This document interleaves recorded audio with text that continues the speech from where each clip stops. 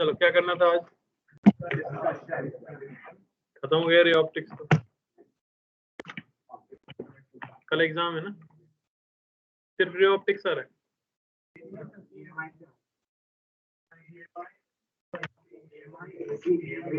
ढंग के मार्क्स ले आना, रे ऑप्टिक्स में तो कुछ भी नहीं है। इस बार तो ढंग के आने चाहिए कम से कम, एक के नहीं सबके आने चाहिए ना भाई। तुम कहाँ चले गए? क्या हुआ इतनी दूर? दरखास्त? दरखास्त रिक्वेस्ट। चलो क्या बोला था होमवर्क में?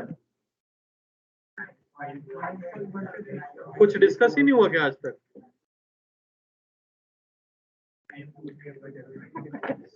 साथ में बोल के एक चीज मैंने तुम्हारे ऊपर भी छोड़ी है, मॉड्यूल में ही दिया है, उसको पढ़ लेना। समझना है नहीं, रटना है। सिंपल माइक्रोस्कोप मैग्निफिकेशन ये, कंपाउंड माइक्रोस्कोप ये, समझाने वाला काम मैं कर दूंगा। मैं कल के टेस्ट के लिए कह रहा हूँ, डिराइव हम कर रहेंगे क्लास में ही, पर टेस्ट के लिए तो कर जाओ। Exercise 9.1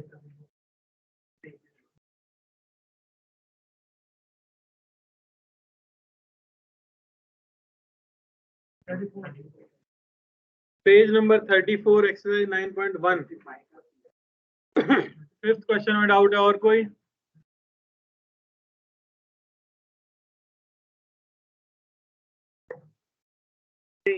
Where should the top edge of the mirror be placed related to the eyes? Class में बोला है मैंने, क्या दिया है आंसर?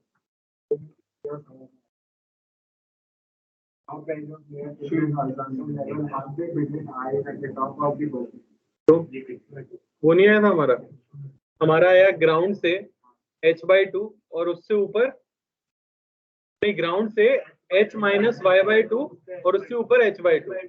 तो अगर आप वो डेरिवेशन वाला डायग्राम देखते तो आपको समझ आता कि जैसे आंखें ये हैं और ये है सर का टॉप, तो अगर आंख में रे को जाना है तो ऐसे ही जा सकती है सर दिखने के लिए, तो ये बीचों बीच होगा कि नहीं होगा?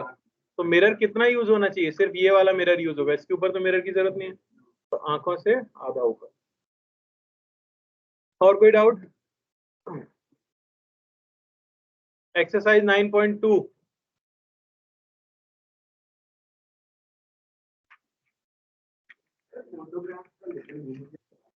कौन सा क्वेश्चन है? A virtual image can only be photographed but not observed by an observer.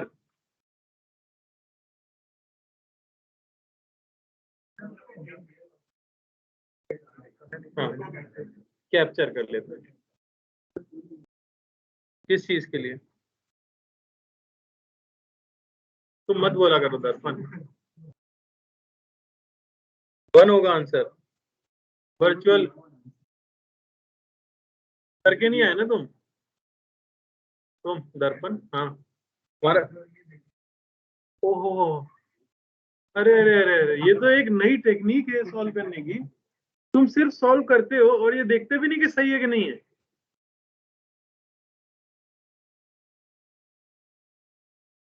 Confidence की पराकाष्ठा है ये तो, एपिटोम ऑफ कॉन्फिडेंस भाई साहब। एटलीस्ट सॉल्व करने के बाद चेक तो करो कि सही है कि नहीं है। तो अब तुम्हें पता लगा कि तुम गलत हो। तो मेरे हिसाब से अब देखो, श्योर तो मैं भी नहीं हूं, पर मैं बता सकता हूँ कि होता क्या होगा। जैसे रियल इमेज, जो हमारी इमेज होती है, वो स्क्रीन पे अगर दिख रही है तो आपने एक तरह से उसे कैप्चर कर लिया कि नहीं कर लिया, जैसे प्रोजेक्टर कर रहा है। अब फोटोग्राफ जब कभी खिंचता होगा तो क्या होता होगा? पीछे फिल्म रहती है, पीछे फिल्म रहती है कि नहीं रहती, और आगे लेंस रहता है, यहाँ आपकी ऑब्जेक्ट रहती है। तो रेज जब आके यहाँ पे प्रोजेक्ट होंगी तभी तो नेगेटिव बनेगा ना, तभी तो डेवलप होगा। तो आप उसे पकड़ पा रहे हो कि नहीं पकड़ पा रहे हो? तो वो इमेज कैसी है, रियल है या वर्चुअल है? रियल है। समझ आ रहा है? वर्चुअल इमेज तो कौन सी होती है? जो मिरर के पीछे है जैसे। अब उसको आप किसी चीज पे प्रोजेक्ट कर सकते हो क्या? रियल को कर सकते। क्या दिया आंसर?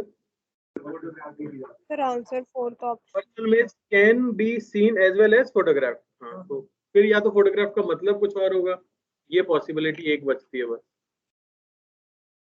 देख लेते हैं, गूगल करो एक बार क्या है फोटोग्राफ का मतलब। बात तो सही है, वर्चुअल इमेज भी है। अच्छा हाँ यही तो, अगर ये मतलब है तो फिर अलग बात। देखो मैं जो सोच रहा हूँ, मैं सोच रहा हूँ कि रेज आके मीट करें कहीं पे असलियत में, तो उसे आप कैप्चर कर लेते हो स्क्रीन के ऊपर। पर जैसा कि बोला जा रहा है मिरर में अपनी फोटो खींच सकते हैं, सही बात। इमेज तो वर्चुअल ही है ना चाचा, है? बोलो, ये तुम्हारी आंख, ये तो हमारा मोबाइल, और ये तुम्हारा शीशा, ठीक है। अब कुछ भी हुआ हो, तुम्हें दिखता तो यही आदमी है ना फोटो में जो आएगा, तो ये तो वर्चुअली हुआ कि नहीं हुआ।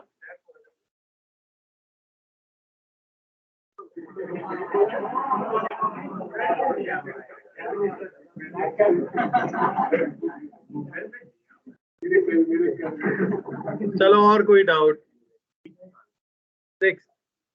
पहले ही सवाल, A convex mirror having focal length f forms an image 1 by nth size of the object, the distance of object from the mirror। क्या आ रहा है तुम्हारा, और दिया क्या?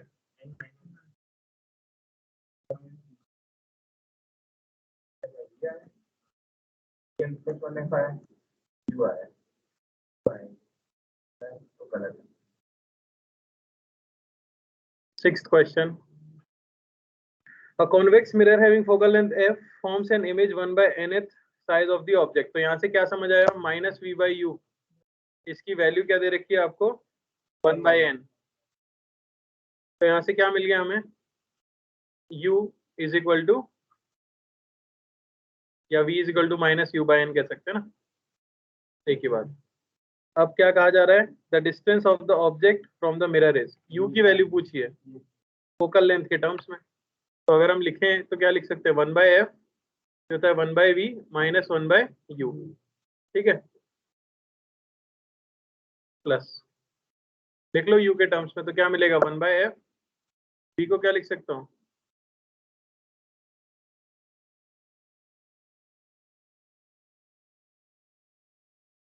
Plus 1 by you. तो u क्या हो गया हमारे पास,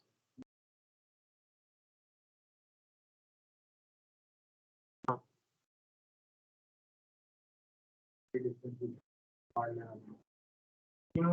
को साइन के बाद नहीं रखो किसमें, आपको पता है कि ऑब्जेक्ट कैसी है, रियल है वर्चुअल है, तो फिर जो भी साइन आ रहा है वो इसी से एडजस्ट हो जाएगा। और कोई एक्सरसाइज 9.2 में, एक्सरसाइज 9.3 पेज नंबर 61, एक सेकंड में लिख लेता हूँ।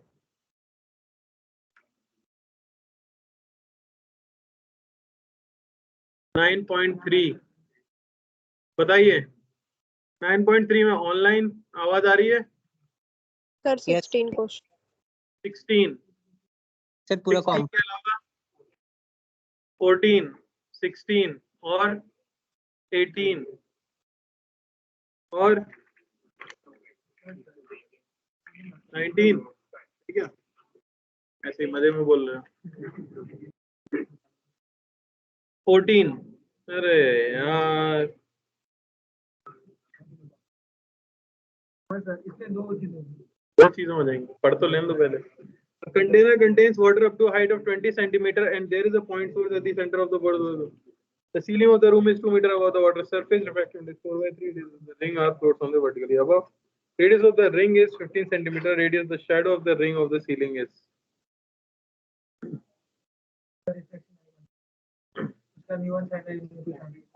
इसे 10 में एक ट्रायंगल रूल लगाएंगे,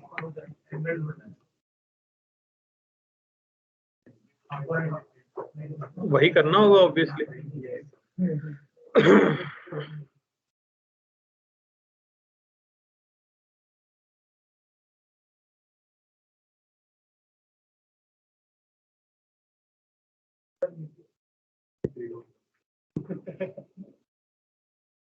तो ये रे इस तरह से जाएगी, फिर क्या हो जाएगी, रिफ्रैक्ट।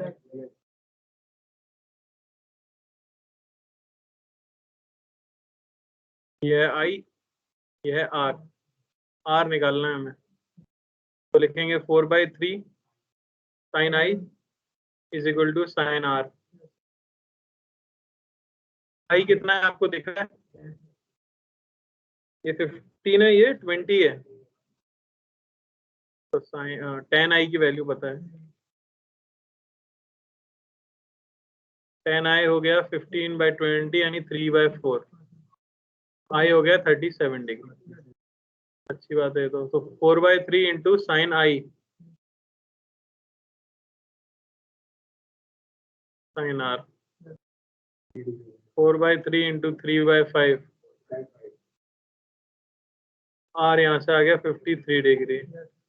अरे यार, ये मान लो कि x है, तो tan R या tan 53 डिग्री ये होना चाहिए x/2, तो x की वैल्यू जो आ जाएगी हमारे पास 8/3, x आ गया 8/3 मीटर। सेंटर तो यहीं पे होगा, ये 15 सेंटीमीटर और ऐड कर दो, तो रेडियस आ गई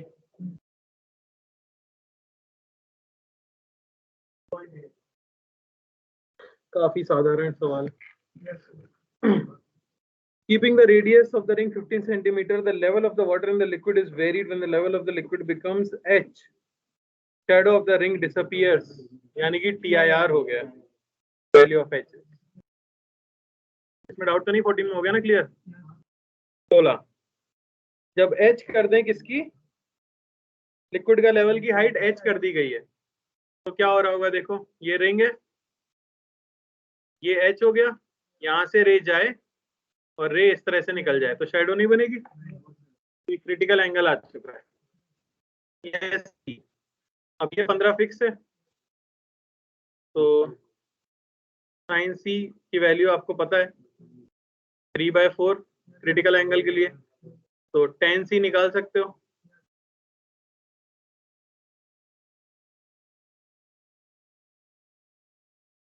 और बताऊं क्या, मतलब बता दो जाऊं, tan C ये हो गया 15/H, tan C हो जाएगा। अब तो हो ही सकता है, क्रॉस मल्टीप्लाई बचा है बस। सर 17 वाले में एक डाउट था सर। 17 लिस्ट में है क्या? नहीं सर, उसमें मतलब ऐसे नहीं तो नहीं बता पाएंगे दोस्त, जब लिस्ट बन रही थी आपने बुकिंग नहीं की है, रैंडमली आप लाइन को कट नहीं कर सकते, समझ लो। टिकट लें फिर यात्रा करें। बोलो क्या है? सर 17 वाले में हमें पूछा apparent height. A bird is at a height 18 meter above the surface। हाँ, सर अगर बर्ड मतलब घड़ी हो और आदमी नॉर्मल पे देख रहा हो, तब तो सर जो हाइट है वही होनी चाहिए ना, 30 सेंटीमीटर 30 मीटर। चिड़िया तो 18 मीटर ऊपर है ना। हाँ सर, सर 12 मीटर नीचे। बिल्कुल 30 मीटर डिस्टेंस टोटल। हाँ सर। पूछा क्या है, अबव द सरफेस पूछिए ना। हाँ, बर्ड है सर, कहीं पे कोई एंगल पे खड़ी है, मतलब कैसे सर? नहीं मैं समझ गया, तुम्हारा डाउट समझ गया हूँ, तो तुम्हारी दिक्कत, तुम्हारा आंसर आ गया होगा ऑब्वियसली, पर तुम चाह रहे हो कि आंसर ना आए। अब तो तुमने डाउट बनाया, मैंने सोचा कि अगर एक जो केस दुनिया में पॉसिबल है कि रे इंसिडेंट हुई हो नॉर्मली और रिफ्रैक्शन वही ना हो, तो पॉसिबल है, तो फिर क्या, तो फिर कुछ नहीं, तो तुम वो टिक कर दो तो गलत हो जाएगा, क्योंकि ऑब्वियसली क्वेश्चन की लैंग्वेज हमें क्या समझ आ रहा है, अपीयर्स। यहाँ क्या लिखा गया है, about the surface appears at a height h। ठीक है, अगर वो ऐसा लिख रहे हैं इसका मतलब कुछ ना कुछ अपरेंट की बात हो रही होगी, वरना सवाल बचेगा नहीं ना। तो ये होता है ज्यादा सोच लेना, मीन्स में कभी मत सोचना, ये मीन्स लेवल का ही सवाल है, सवाल आए सॉल्व कर देना, आंसर आ जाएगा। ठीक है, बाकी आपका डाउट बिल्कुल जेन्युइन है, अगर 0 डिग्री हो तो 0 डिग्री, 18 का 18 ही दिखे। ठीक है, और बताओ 18 था, a parallel beam of light circular cross section having radius 10 meter falls on the surface of a glass slab at an angle 30 degree with surface of the slab, the radius of the refracted beam is about, ये मैंने class में कराया है, class में कराया है। किसको doubt है 18 में? नोट्स देख लें कृपया। सेम क्वेश्चन होगा, बीम ही भेजी होगी उसमें। सभी ने कहा था कि सेम ही रहना चाहिए लगभग, फिर लोग उस पर चिल्लाए थे और कहा था कि कैसे सेम रहेगा, एंगल बदल रहा है, ये सब हुआ था, याद आ रहा है? आगे बढ़ते हैं भाई। बेटा आई निकाल लो, आर निकाल लो, अगर आपको है फिर भी मैं थोड़ा कर ही देता हूँ, क्या पता कल एग्जाम में ही आ जाए, लोग कहीं बताया नहीं। ये देखो ऐसे गिर रही है और उसके बाद क्या होता है, रिफ्रैक्शन ऐसे।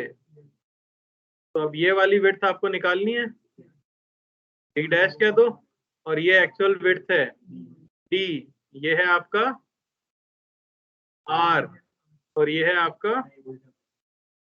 आई। 10 10 लगा लो, आ जाएगा आंसर। ये बीच वाला कॉमन है ना, ये कट जाएगा, ठीक है।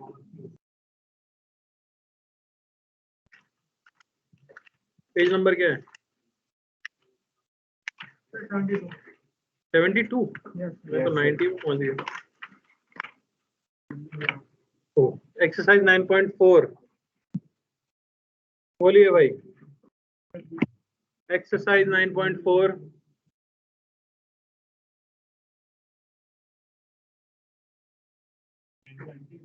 21 और बोलो, 20 और बोलो,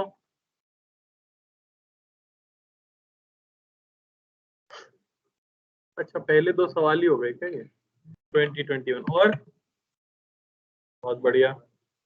20 a ray of light is incident on a glass sphere of angle alpha, angle of refraction at the surface on which it is incident is beta. What is the angle by which the ray is deviated as it comes out of the sphere? दर्पण जी doubt है आपको इसमें?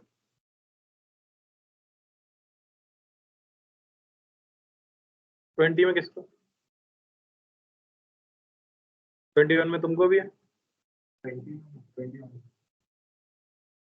चलो तो incidence कराते हैं पहले। किस तरह से इंसिडेंस हुआ है? ठीक है, तो ये एंगल है अल्फा और बोला जा रहा है angle of refraction at the surface on which it is incidence is beta. तो ये है भाई एंगल बीटा, ये यहाँ पे नॉर्मल हो गया, ये है बीटा, तो ये कितना होगा बीटा, तो बाहर कितने पे निकलेगी? समझ आया ना बीटा क्यों हुआ? अब क्या ही बचा है बेटा, यहाँ डेल्टा 1 है, यहाँ डेल्टा 2 है, दोनों सेम डायरेक्शन में है ना, तो डेल्टा नेट क्या हो जाएगा 2 टाइम्स अल्फा माइनस बीटा।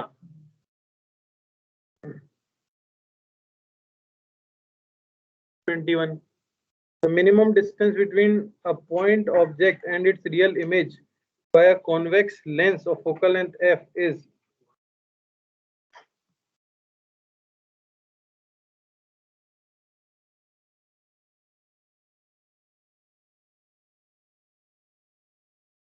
समझ आ रहा है? तुमने क्या किया?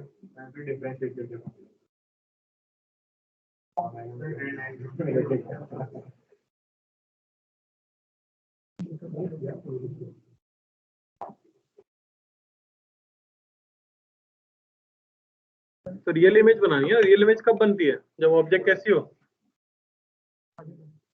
अरे रियल इमेज रियल ऑब्जेक्ट की बनाता है क्या कॉन्वेक्स मिरर?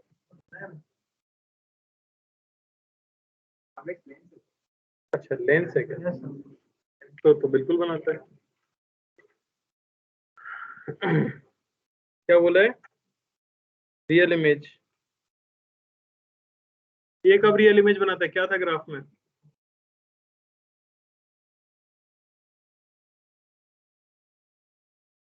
कैसे? बिल्कुल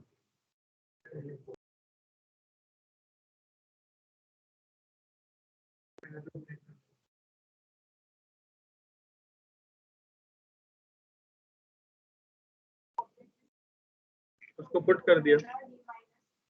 बिल्कुल, बहुत बढ़िया टेक्निक लग रही है, बिल्कुल सही है। डी मान लो इसे, और इसे आपको पता है यू है, तो ये हो गया। अब आप लगा दो 1/f। बोलिए सर। न्यूटन वाले में फोकस से डिस्टेंस दी रहती है, कुछ नहीं बोलना होता। कुछ किया है आपने? नहीं, आप चाह रहे हो आपके मन की चीज मैं कर दूं, मैं क्यों करूंगा, है कि नहीं? बढ़िया बात, अभी समझ आ गया गलती। चलो आगे, एक्सरसाइज 9.5।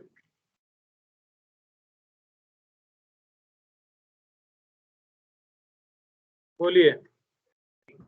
27 और 30 और ऑनलाइन, ऑनलाइन भाई,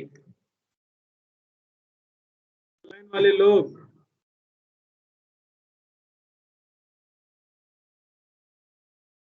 कोई है यस सर। बेटा, कोई डाउट? नो सर, वो ऑलरेडी बता दिया। Sir 27 doubt. 27 और 30, इसके अलावा कुछ नहीं है। एक्सरसाइज ही खत्म। 27 एक ही जगह पे इमेज फॉर्म हो ना, हाँ, एक ही जगह बन जाता है। वो पढ़ेंगे हम आगे ऑप्टिकल इंस्ट्रूमेंट में, क्रोमेटिक एब्रेशन और achromatic aberration. Two lengths of power this are placed in contact for achromatic doublet. The ratio of the dispersive power is, ये ओमेगा 1/f1 प्लस फॉर्मूला आ जाता है आपका, ओमेगा 2/f2 इक्वल टू 0 होना चाहिए, तो का formula लिख सकते हो।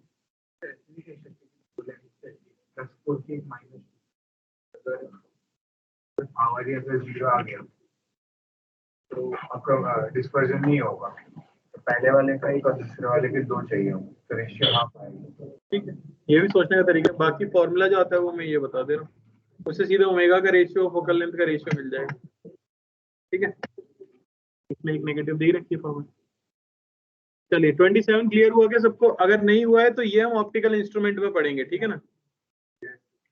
90% श्योर हूँ यही है, omega 1/f1 plus omega 2/f2 is equal to 0। 80% में श्योर हूँ, ठीक है। बैठ रहे इससे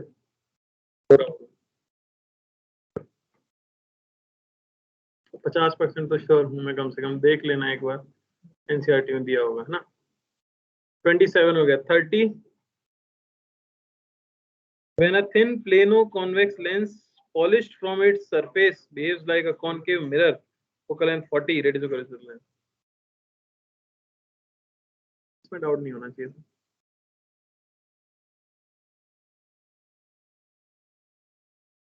ये है आपका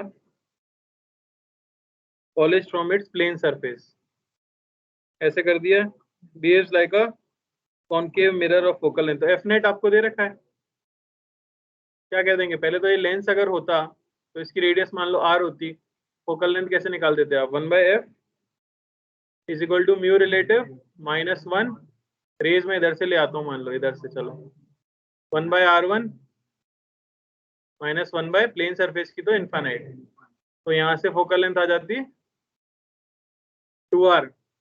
अरे है कि नहीं, कैसे? आपने क्वेश्चन करा था उसमें सर, हम मतलब ऐसे किया था मैंने, तो आपने कहा था बीच की डिस्टेंस तुमने 0 मान लिया।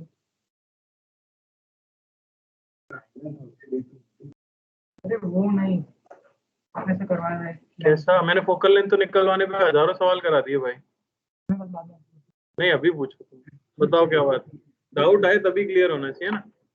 सर आपने कहा था एक इंफिनिटी से रे आ रही है, आपने सर ऐसा मिरर दिया, ये ऐसा था कुछ, और सर ये सिलेंडर, हाँ सिलेंडर था मालिक, को लेंस सही है, गोल सिलेंडर लंबा होता है। अरे दुनिया में सिलेंडर ऐसा होता है भाई, और लेंस ऐसा होता है, नहीं समझे तो।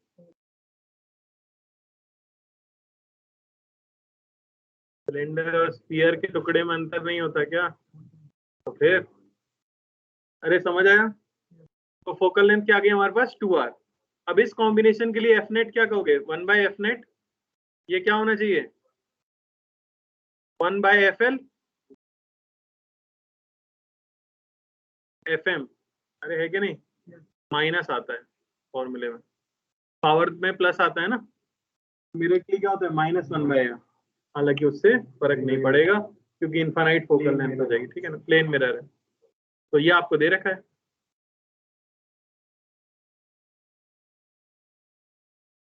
रेडियस कितना आ गया, कोई कष्ट क्यों भाई, क्या आंसर 40 सेंटीमीटर दिया है? कैसे,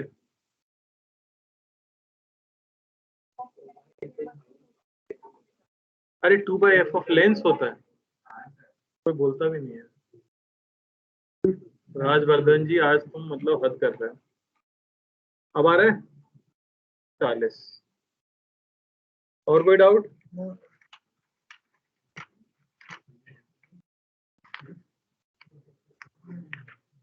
एक्सरसाइज 9.6 बोलिए। 9.6 नहीं करी, बिजी थे ज्यादा, क्या कर रहे थे, मैथ्स फिजिक्स के पेपर में ऐसे ओएमआर में बड़ा सा ऐसे लिख के आ जाना इंटीग्रेशन, है कि नहीं। चलो नहीं किया तो जिसने किया है किसी को डाउट नहीं, 9.6 में कोई डाउट नहीं। निखिल भाई आपने किया है कब से, सन 2012 से कुछ नहीं किया हमने तो, क्यों 9.3 तक किया था। धन्यवाद। हाँ बड़ी जल्दी बोल दिया यार। 32 32 नहीं, सेट 32 33 डाउट बता रहे हो क्या आप? नो सर, तो सर सेट 2 में आपने दिया था ना 20 तक करना है। नहीं सेट 2 पे तो आ रहे हैं, किसी ने 9.6 में डाउट पूछा है या सेट 2 में पूछा है? सर सेट 9.6 में 22 नहीं, यहाँ पे किसी ने पूछा है। प्लीज बात मत करो, धीमे बात करो। Consider the figure shown, the amount by which the horizontal ray incident on the prism is deviated after it is reflected from the vertical plane mirror.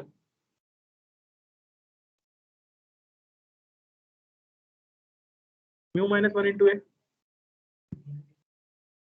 7 degree है ना बेटा, फिर नहीं होगा, है ना। सेट 2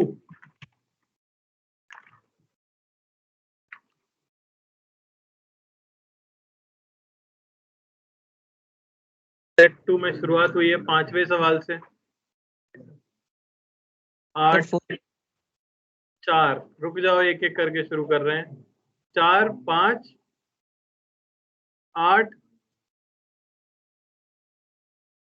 बोलो भाई, 4 5 सर 8 कौन सा 7 7। अच्छा और बोलिए,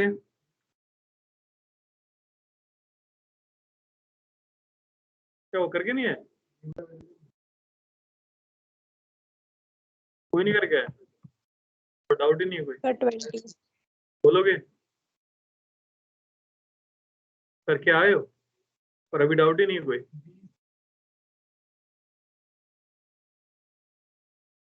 13 और Sir 20. 20 और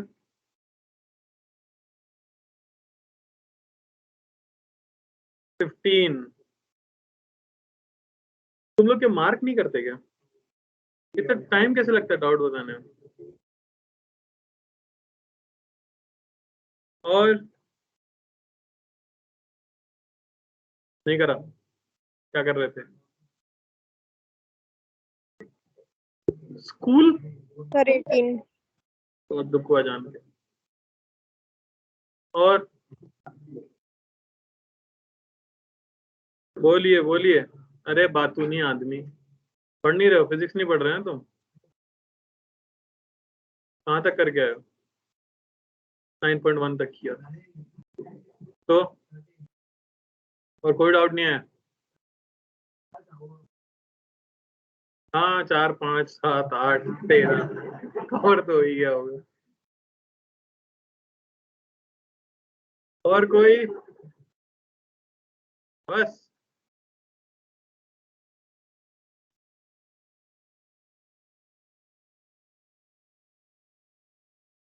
25 तक बोला था, चलो 20 ही तक बोला होगा। अगली बार कब होगा डिस्कशन बोलो? वेव ऑप्टिक्स पढ़ाएंगे? नहीं, अरे यार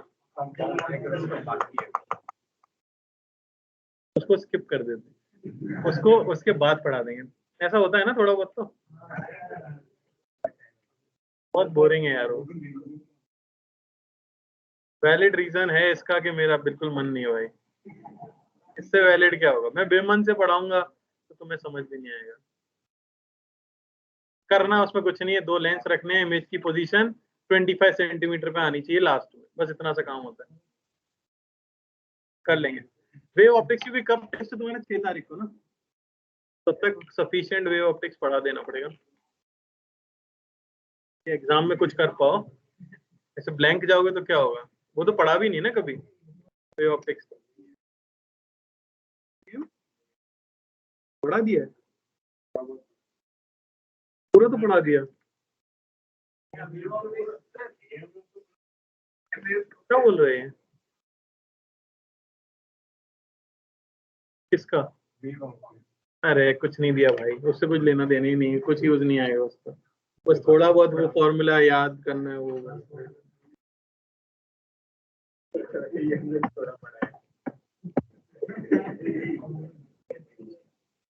हमें जो आता है हमने उतना पढ़ा दिया भाई, उससे ज्यादा कहाँ से पढ़ाएंगे।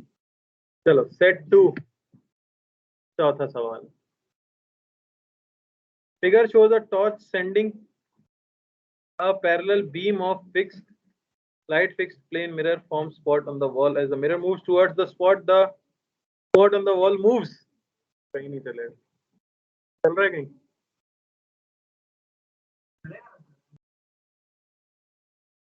सही कह रहे हो, आएगा आएगा, कोई बड़ी बात नहीं। देखो भाइयों जल्दी से देखना फटाफट, अरे चुप हो जाओ। देखो एक रे यहाँ से आएगी, ऐसे ऐसे टकराएगी और ऐसे चलती जाएगी।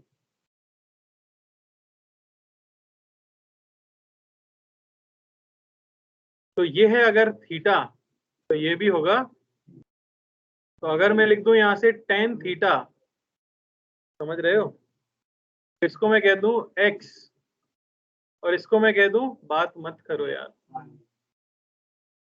y। तो tan थीटा हो जाएगा x बाय वाई, तो y यहां से हो जाएगा x, यहां से हो जाएगा y tan। ठीक है ना?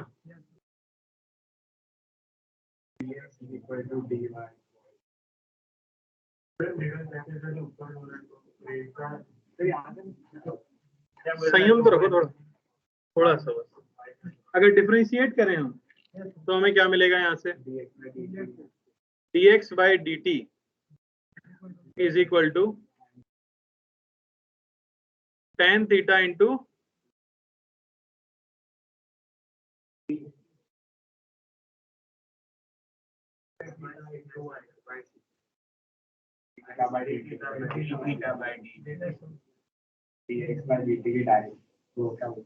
वही हमें पता करना है कि dx बाई dt किधर आ रहा होगा, है ना?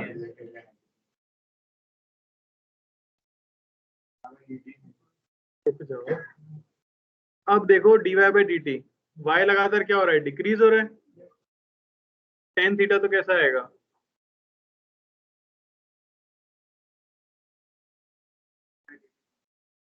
थीटा कांस्टेंट है, हाँ पर थीटा तो बदलेगा ना।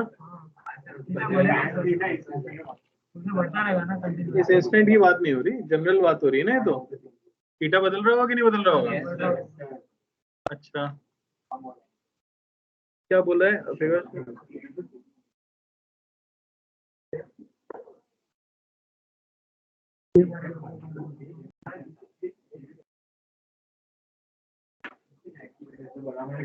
संयम तो करो मेरे भाई।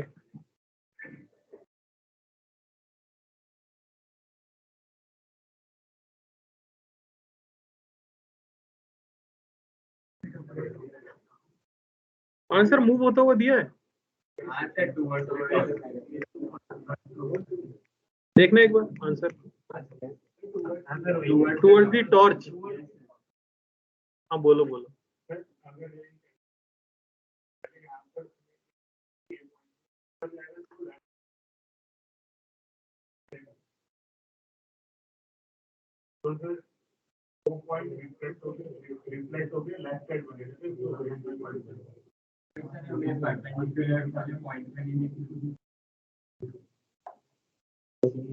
थोड़ी देर के बाद मिरर थोड़ा ऊपर चला जाए तो मिरर के लेफ्ट इंसिडेंट हो गया सर। हम लोग थोड़ा इसके ऊपर एक जो रे आएगी वो इस साइड आती है और नजर आती है।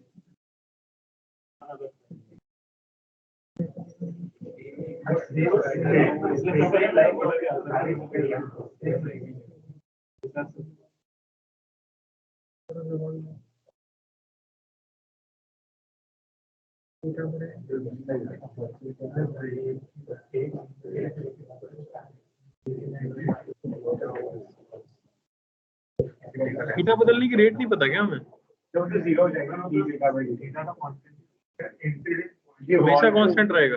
ये कांस्टेंट फिक्स है वॉल पर यार इंसिडेंट ऑर्डिनरी को रहेगा। हाँ अरे फिर क्या नहीं, थीटा तो सेम रहेगा ना फिर, क्योंकि देखो बात ये है, बिल्कुल सही, रुक जाओ बस मैं यही सोच रहा था। रे तो ऐसे आ रही है ना, ये फिक्स है और प्लेन मिरर हॉरिजॉन्टल फिक्स है, तो इस रे का हॉरिजॉन्टल से एंगल फिक्स है कि नहीं है? कैसे बदलेगा? नहीं बदलेगा ना। तो थीटा तो क्या हो गया फिक्स, तो ये क्या हो गया पॉइंट शिफ्ट होता जाएगा, पर वो रे जो आ रही है टॉर्च का जो एंगल है वो तो फिक्स है ना, और मिरर हमेशा हॉरिजॉन्टल है, तो मिरर से ये रे का जो एंगल है ये हमेशा फिक्स नहीं रहेगा, तो ये चीज गायब हो गई। अब आपके पास क्या बचाइए, tan theta into d y by d t. अब d y by d t कैसा आ रहा है आपके पास, पॉजिटिव या नेगेटिव, और tan थीटा हमेशा कैसा होगा, ये तो कांस्टेंट है और है तो पॉजिटिव, ये दिख रहा है, और ये कैसा होगा क्योंकि y लगातार डिक्रीज हो रहा है, फिर इस स्पॉट को dx बाई dt भी क्या आना चाहिए, नेगेटिव, यानी x की वैल्यू भी घटनी चाहिए।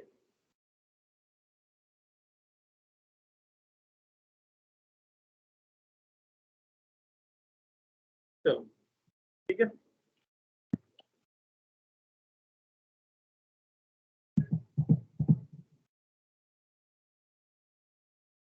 ये कौन सा था, फिफ्थ। ऊपर आ रहा है तो सर पहले यहाँ पे पढ़ रहा था अब यहाँ पे पढ़ ठीक है, ऐसे भी तो समझ आ गया ना। Fifth, a lens forms a sharp image on a screen when a glass slab or refracted index mu is placed between the screen and the lens. The screen has to be moved a distance d in order to form a sharp image again. Surrounding thickness of the slab is.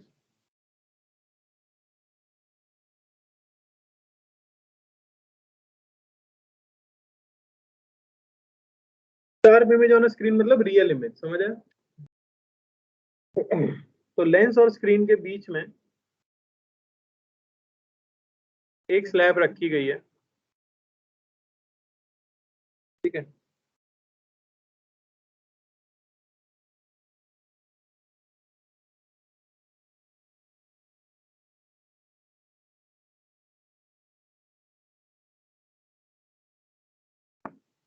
तो object कुछ यहाँ पे होगी मान लेते हैं, तो उसकी इमेज यहाँ पे बन रही है, टी मान लो थिकनेस है स्लैब की, तो ये तो क्या क्रिएट करेगी, सिर्फ शिफ्ट क्रिएट करेगी, तो हम तो जानते हैं शिफ्ट की वैल्यू भी फिक्स है टी, ये फिक्स है, और ये किस तरफ करेगी shift, towards the direction of incident रे, है ना। पर ऐसा सोच के देखो इमेज फॉर्मेशन के टाइम पे किधर हो रहा होगा, यहाँ से पहले लेंस पे गिर जाती है अब मान लो वो इमेज को फॉर्म करना चाह रही है यहाँ पर, तो इमेज यहीं बनेगी या कहीं और बनेगी? शिफ्टेड किधर, लेफ्ट या राइट?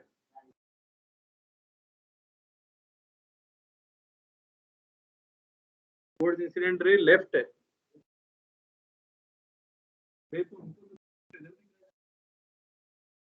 राइट है ना, दूर जाएगा ना बेटा। वर्चुअल ऑब्जेक्ट वाला केस याद है आपको, जो मैंने बताया था कि रेज अगर ऐसे आ रही हैं और यहाँ इमेज बनाना चाहते हैं या यहाँ ऑब्जेक्ट आपको लग रही है, तो वो क्या हो जाएगा, शिफ्ट होती है कि नहीं होती है? और शिफ्ट हमेशा in the direction of incident ray होती है ना। तो मुझे बताओ कि स्लैब के ऊपर जो रे आके इंसिडेंट हो रही है वो किस तरफ जा रही है रे, राइट या लेफ्ट? तो शिफ्ट किधर क्रिएट करेगा ये? तो इसने शिफ्ट इधर क्रिएट की है कितनी, एस। तो ये स्क्रीन पे मिल रहा है आपको, ठीक है ना।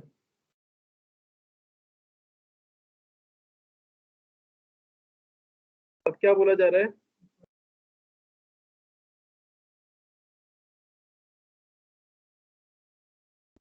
the screen has to be moved by a distance d in order to form the sharp image again। इसका मतलब क्या है?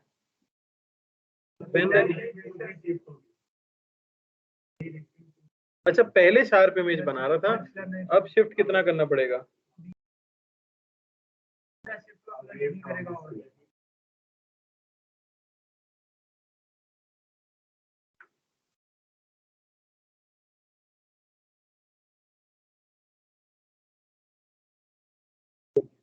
बस ये क्या होना चाहिए, डी होना चाहिए ना।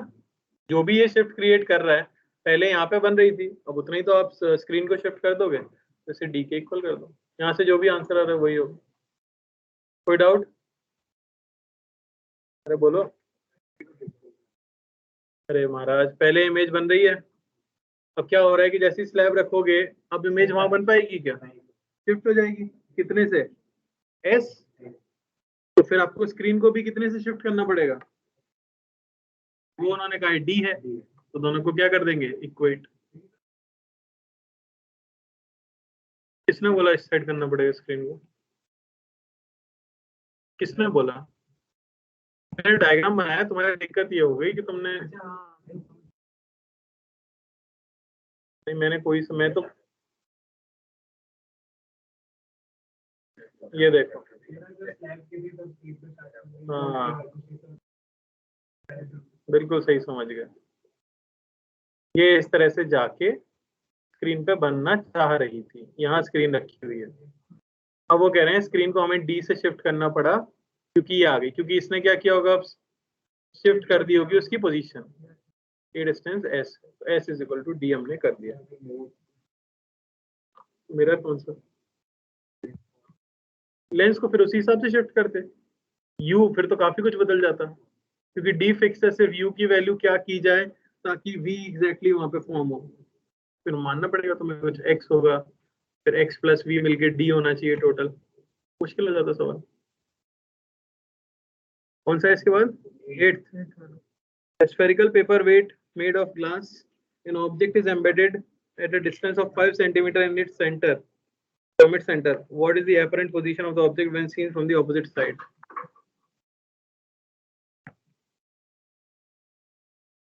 मैं ऐसा एक क्वेश्चन क्लास में कराने वाला था, अभी बता देना चलो।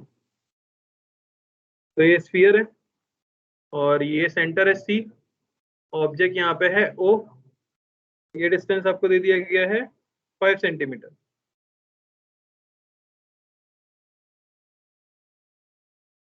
अपरेंट पोजीशन बतानी है यहाँ से देखने के बाद। थर्ड सरफेस के लिए रिफ्रैक्शन का फॉर्मूला लगाना है बस। क्या होता है, अरे रे ऐसे आएगी ना,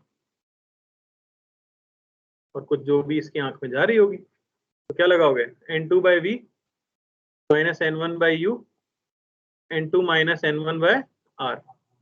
n2 क्या है 1, v आपको पता करना है, माइनस n1 क्या है 3/2, अपॉन u कितना है माइनस 15, रेडियस 10 दे रखी है, is equal to n2 minus n1 by radius of curvature, positive या नेगेटिव? राइट की तरफ है ना, सेंटर लेफ्ट में आ रहा है। यहाँ से v आ जाएगा, वो यहाँ से स्लैब, वो प्लेन होती है, ये डिफरेंस है। प्लेन सरफेस होना चाहिए स्लैब के फॉर्मूले के लिए। इस केस में क्यों पैरेक्सियल क्यों नहीं है? एग्जैक्टली दूसरी साइड से ही तो देख रहे हैं हम, यहीं से देख रहे हैं इसी लाइन पे। तो रे जो बहुत नीचे आएगी, आप यहाँ से नॉर्मल ड्रॉ करोगे, देखो कितना छोटा एंगल बनेगा। ठीक है। अच्छा, सेंटर ऑफ कर्वेचर पे अगर ऑब्जेक्ट होती तो फॉर्मूला लगाते। सेंटर ऑफ कर्वेचर पे ऑब्जेक्ट अगर मैं रख दूं इस स्फीयर के और बाहर से देखूं तो वो सीधे नॉर्मल की डायरेक्शन में, कोई शिफ्ट नहीं आता, सेम डिस्टेंस दिखती है। समझ आ रहा है? ये याद रखना। एक क्वेश्चन है जिसमें ऐसे स्फीयर रहता है, सेंटर पे बॉल रहती है, बाहर एक और स्फीयर रहता है, बाहर एक क्यूब रहता है उसके चारों तरफ, और उसके बाहर हम देखते हैं। तो बच्चे पहले कर्व सरफेस पे ये फॉर्मूला लगाते हैं और उससे v निकल के क्या आ जाता है, u ही आएगा ना, v माइनस यू, तो टाइम वेस्ट होता है। तो याद रखो, अगर स्फीयर के सेंटर पे कोई ऑब्जेक्ट है तो जस्ट रे जो बाहर निकलेगी उसके लिए इमेज वहीं पे होगी।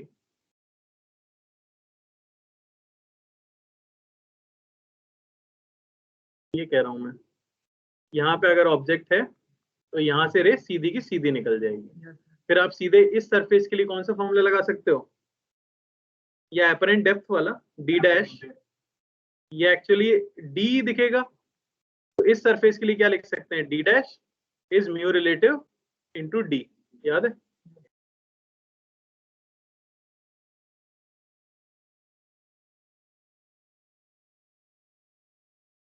Seven 13 7 white light is incident on the interface of a glass and air as shown. If the green light is just totally internally reflected, then the emerging ray in air contains. मैंने कल ही बताया है ये आपको शायद, 7th, बिल्कुल mu से देखना है ना आपको, बस समझ आ रहा है? सबके लिए एंगल ऑफ इंसिडेंस तो सेम है क्योंकि व्हाइट लाइट आके टकरा रही है, तो अब आप जानते हो कि क्या हो रहा है इसको।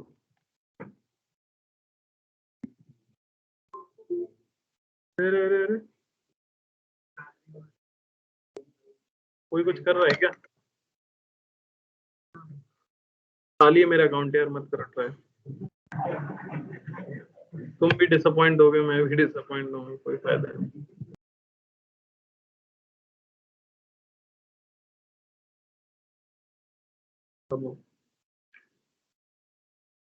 लेफ्ट से राइट जाने पे वेवलेंथ का क्या होता है? तो म्यू, सर म्यू डिक्रीज। तो आपको पता है क्रिटिकल एंगल, तो जिसका म्यू बड़ा उसका सी छोटा। तो अब ग्रीन कलर का क्या हो गया है, TIR।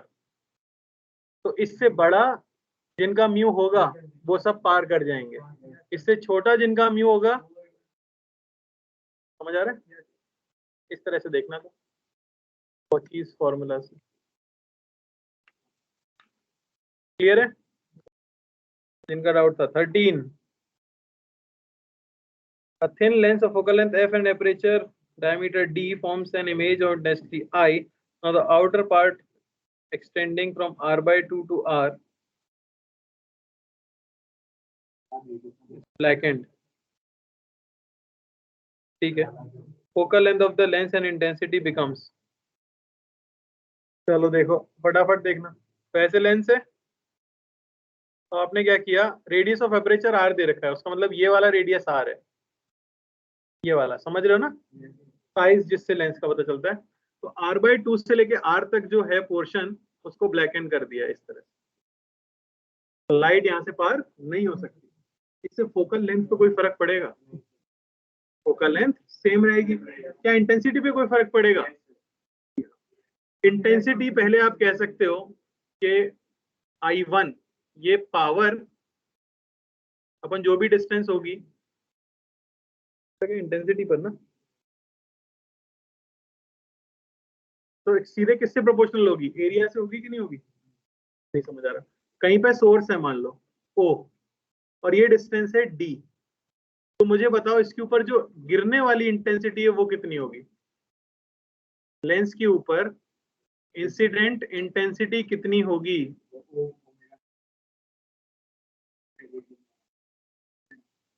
बिल्कुल, या वो सोचने की जरूरत भी नहीं है आपको। आप ऐसा सोचो, तुम लोग यार क्या हो गया तुम लोगों को? ये पॉइंट सोर्स है, डी डिस्टेंस पे इंटेंसिटी कितनी होती है ये पूछ रहा हूं मैं। तो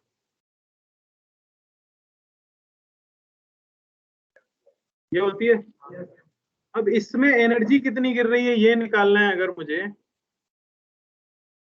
तो वो क्या हो जाती है? Intensity into area. और एरिया कौन सा लेते हैं? Projected area. तो P इंटू 4πd² इंटू पहले पूरे लेंस का एरिया क्या था? πr²। और अब E dash P/4πd² into πr² minus ये बीच वाला एरिया ही चाहिए ना बस। r/2 का स्क्वायर नहीं लिख देंगे सीधे?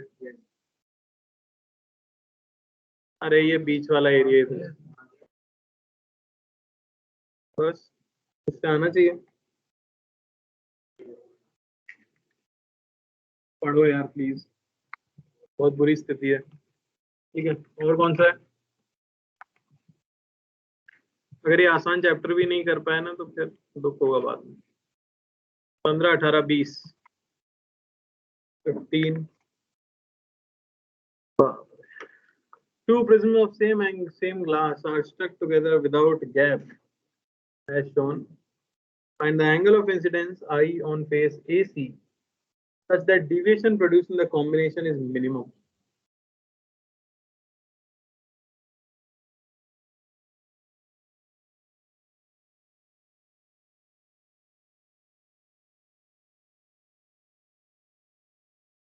और कौन सा था 15 के बाद? और 20? 15 कैसा है? पहले 18 और 20 कर लेते हैं, इसमें थोड़ा अजीब सा diagram. 18 Hemispherical glass plate radius 10 and air bubble located at distance 4 cm from the flat surface on the axis of symmetry. The apparent shift in the position of the air bubble locked.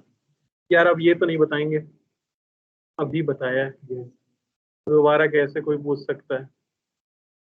भाई यहाँ रखिए, ये 4 centimetre ऊपर बताया है और यहाँ से देख रहे हैं v निकालना है, n2/v minus n1/u n2 minus n1/r। करके नहीं आए तुम? कौन सी? बढ़िया।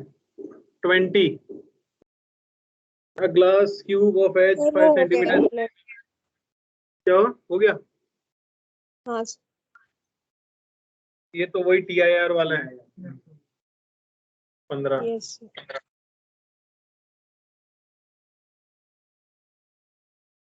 Two prisms of same glass angle are stuck together।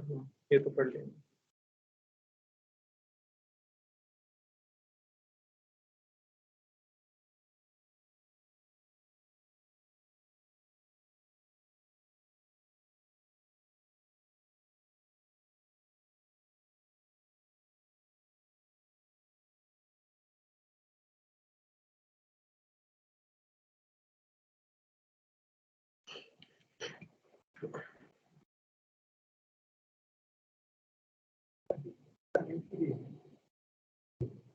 इस पे इंसिडेंस पूछा गया है ना, ताकि डिविएशन मिनिमम हो।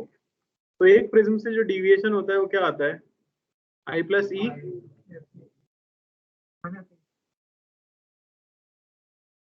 तो डेल्टा मिनिमम के लिए I होना चाहिए E की इक्वल, है ना? तो डेल्टा मिनिमम के लिए ये होता है 2I माइनस A। इसी पे हमें गिराना है। सर इसकी जगह अगर हम 70 डिग्री है जहाँ पे, उसके ऊपर अगर एक्सटेंड कर दे और पूरा ट्रायंगल बन जाएगा तो वो एंगल ए आ जाएगा, जो तीनों एंगल का सम 180 होता है उससे। ये और से फिर वैसा R1 बन जाएगा total। ये 60 हो रहा है ना टोटल? अच्छा, एक मटेरियल है तो ये कर सकते हैं। तो ये कितना हो जाएगा 60 डिग्री। 60। क्या बात, अब क्या बचा, I is equal to R होना चाहिए, वो कितना होना चाहिए 30 डिग्री।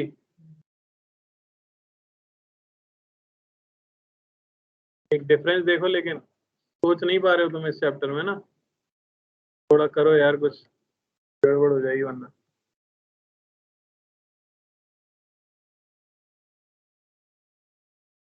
फोर्टी 45 डिग्री है ना।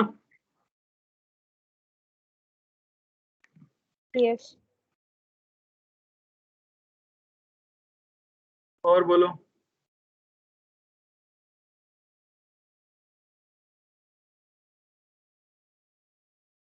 कोई डाउट। तो R1 R2 30 है। मिनिमम डिविएशन की कंडीशन क्या होती है भाई, कौन दोनों, और अगर आई और ई इक्वल है तो R1 और R2 भी तो इक्वल होंगे, और दोनों का सम ए के इक्वल होता है, तो R1 is equal to R2 is equal to A/2। ठीक है,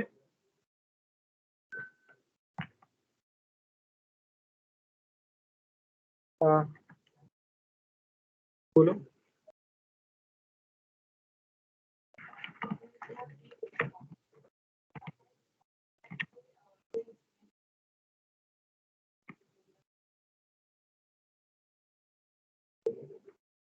तो आपको ये तो बताया हो कि ऑब्जेक्ट किधर है,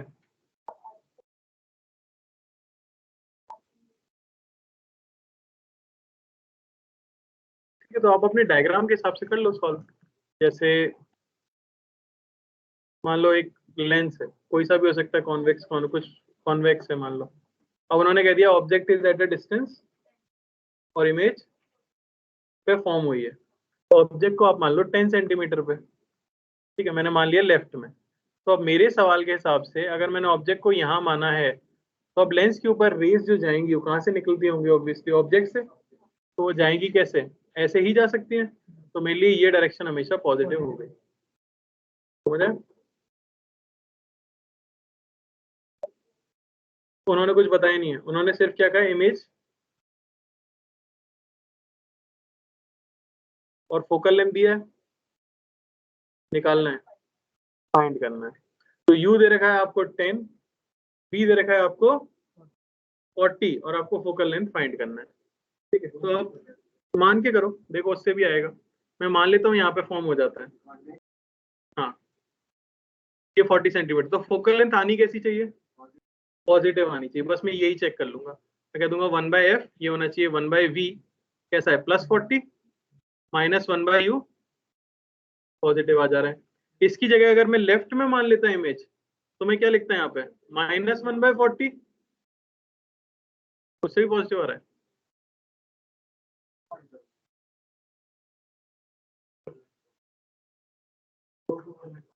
हाँ दो अलग अलग आंसर आ रहे होंगे ना दोनों, एक फोकल लेंथ से रियल इमेज बनेगी, एक फोकल लेंथ से वर्चुअल बनेगी, तो दो आंसर पॉसिबल हो। ठीक है,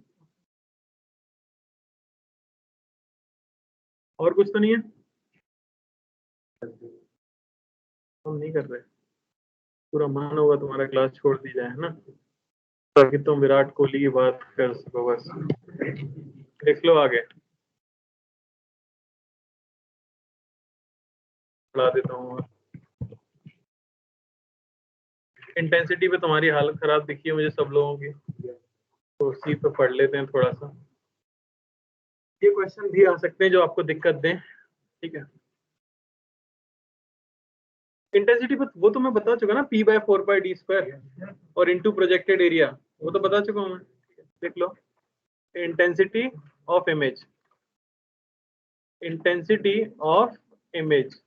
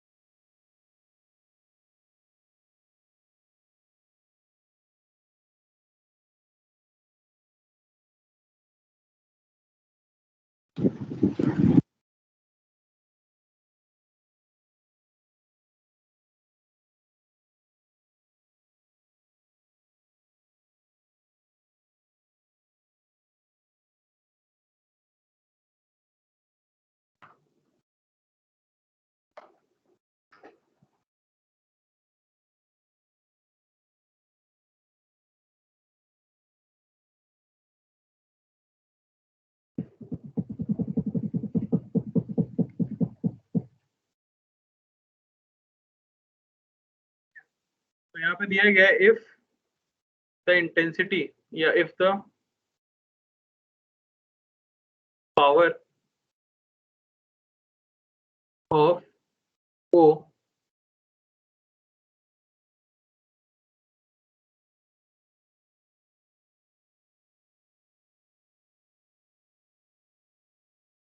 is P naught, find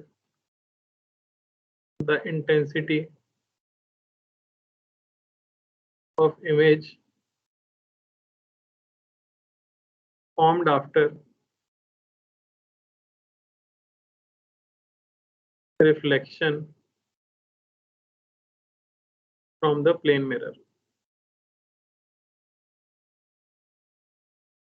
आ जाएगा अभी।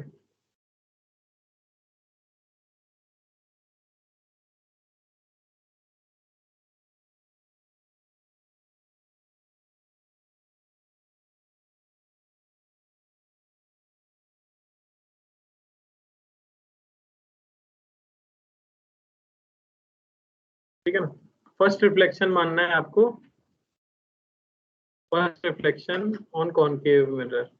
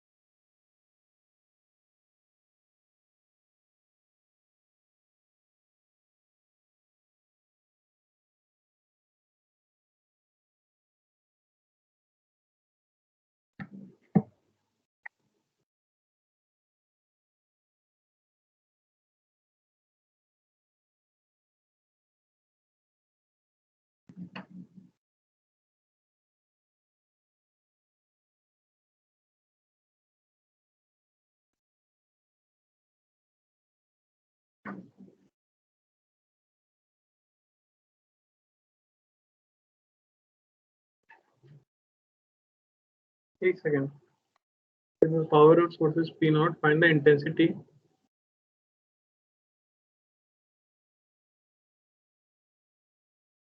इंटेंसिटी ऑफ लाइट कर लो यहाँ,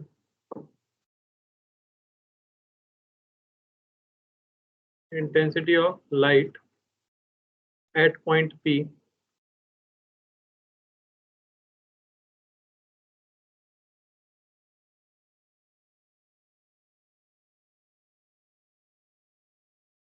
और ये हटा दो। ठीक है,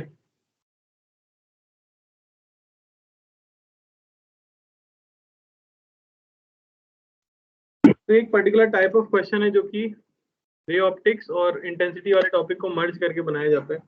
इसमें क्या होता है कि अब आपके पास सोर्स है अगर लाइट का O जो हम कह रहे हैं, तो ऑब्वियसली वो लाइट फेंक रहा है चारों तरफ, तो P पॉइंट पे कोई ना कोई इंटेंसिटी लाइट की पहुंचेगी। एक तो डायरेक्टली पहुंचेगी और एक क्योंकि सामने एक मिरर रखा हुआ है, कर्ड मिरर, तो उससे टकरा के भी P पे कुछ ना कुछ इंटेंसिटी पहुंचेगी लाइट की। तो पहली बात तो बताओ कि मिरर रखने से P पॉइंट की इंटेंसिटी बढ़ गई होगी या कम रही होगी?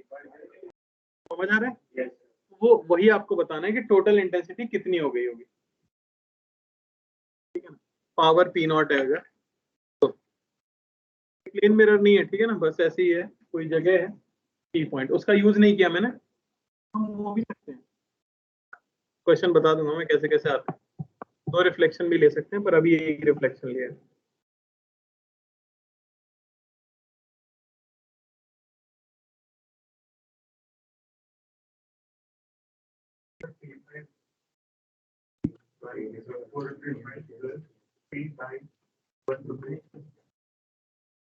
क्या किया?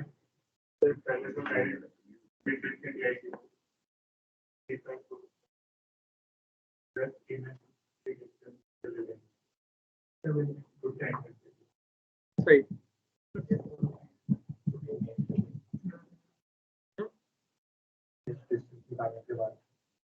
बस फिर सोचो क्या करना है।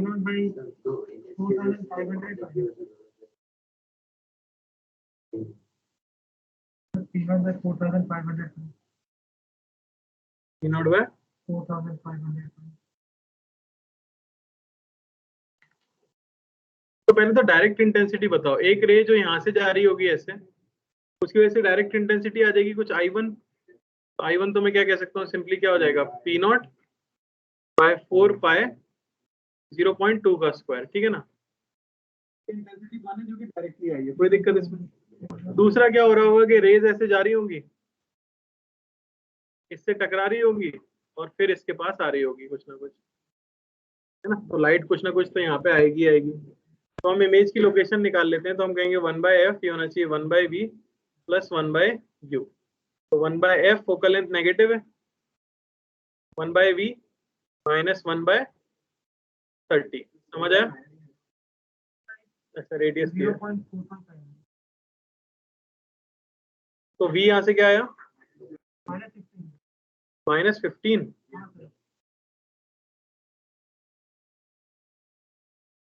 नहीं फर्क क्यों नहीं पड़ेगा, बिल्कुल पड़ेगा। P पॉइंट पे ये आ गया 15, समझ आया। अच्छा अब देखो क्या हो रहा होगा, इसका मतलब यहाँ इमेज आपकी फॉर्म हो गई है, ठीक है। तो उसके बाद लाइट रेस कैसे आगे बढ़ेंगी ये देखते हैं हम।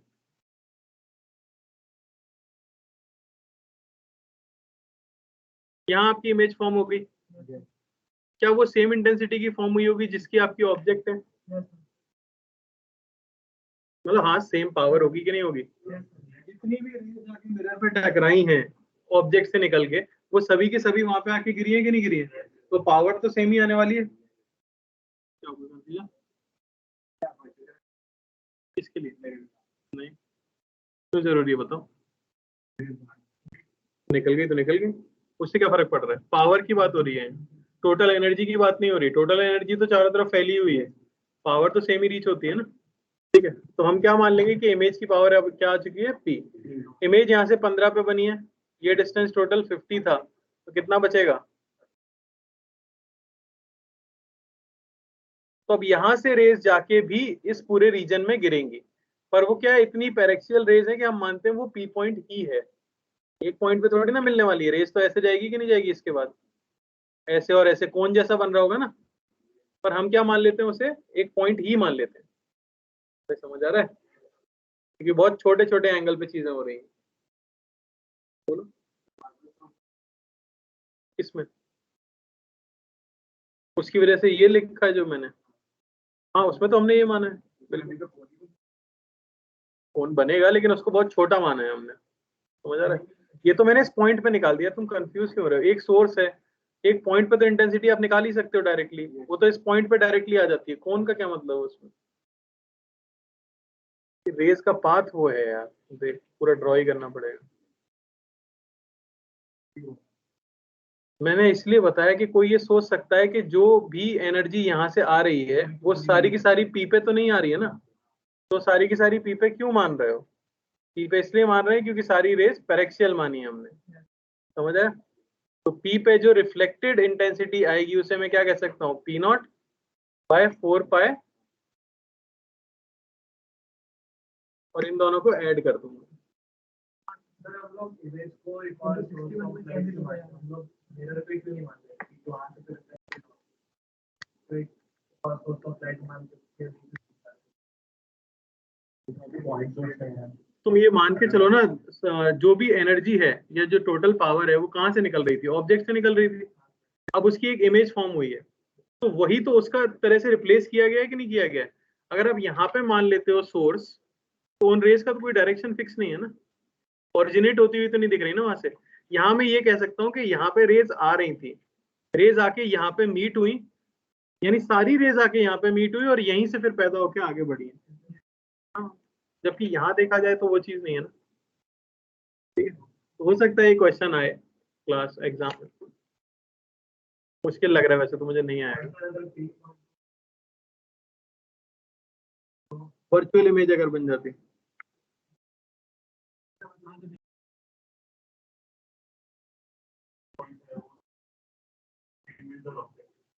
इमेज और ऑब्जेक्ट के बीच में है, तो इधर जो इमेज बनी है उसको भी आप सेम तरीके से ट्रीट करते हो। वो मैं अगली क्लास में चाहोगे तो प्रूव भी कर लेंगे हम लोग, सिमिलर ट्रायंगल से प्रूव होता है वो, सेम रिजल्ट आ जाता है। पर अगर आपकी वर्चुअल इमेज भी बन रही है तो भी आप सेम मेथड यूज कर सकते हो। किस केस में,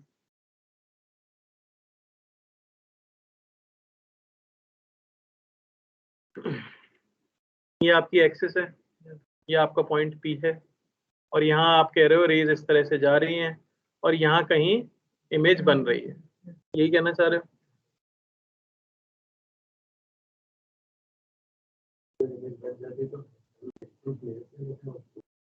बेटा हमेशा जो इमेज बन रही है ना उसको दूसरा सोर्स मान लो P0 का, फर्स्ट इतना बहुत है।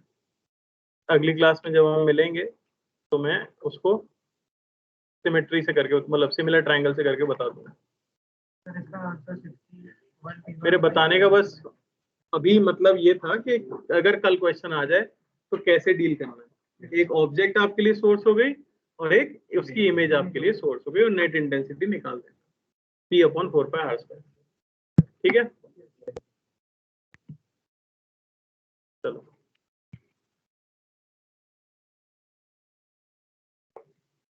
एंड करते हैं फिर।